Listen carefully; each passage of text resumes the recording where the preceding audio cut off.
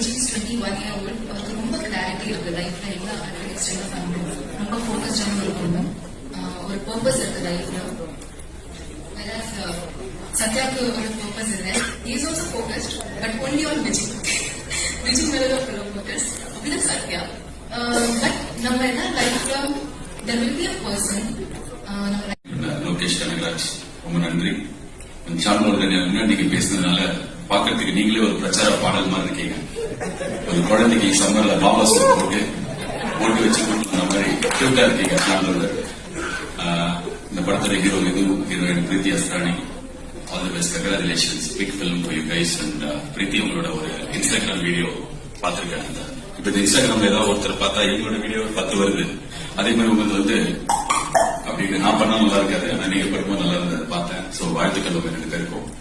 And இந்த படத்துக்கு promotion பண்றதுக்கு லோகேஷ் கனகராஜ் போயிட்டு என் படத்துக்கு ப்ரொமோஷன் பண்ற வீடியோ பண்ணிட்டு இருக்காரு. கொஞ்ச நாள் முன்னாடி ரிலீஸ் பண்ணாங்க.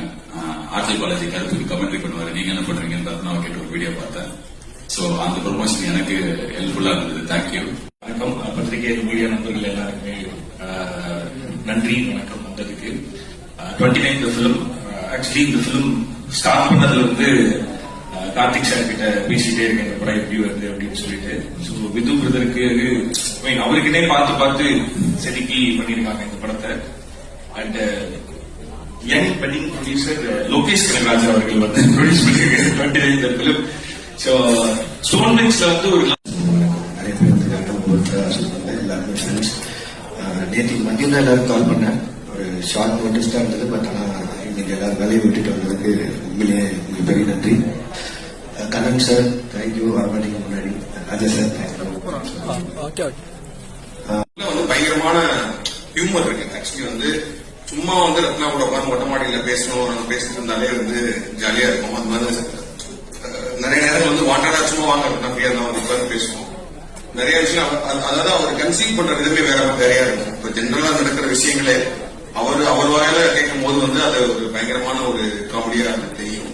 அண்ட் லவ்மே எனக்கு தெரிஞ்சு மேனமான்லயுமே அவ்வளவு ஹியூமர் இருந்தாலும் அதுக்குள்ள ஒரு பயங்கரமான ஒரு ஆழமான லவ் இருந்துச்சு. ஐ திங்க் மேனமான் முடிச்சோடனே இந்த ஸ்கிரிப்ட் பேச ஆரம்பிச்சோம். நீங்க ஆடை பண்றதுக்கு முன்னாடியே அதுக்கு அப்பவே இந்த ஸ்கிரிப்ட் பேச ஆரம்பிச்சோம். அப்புறம் நிறைய videographers are done. Thank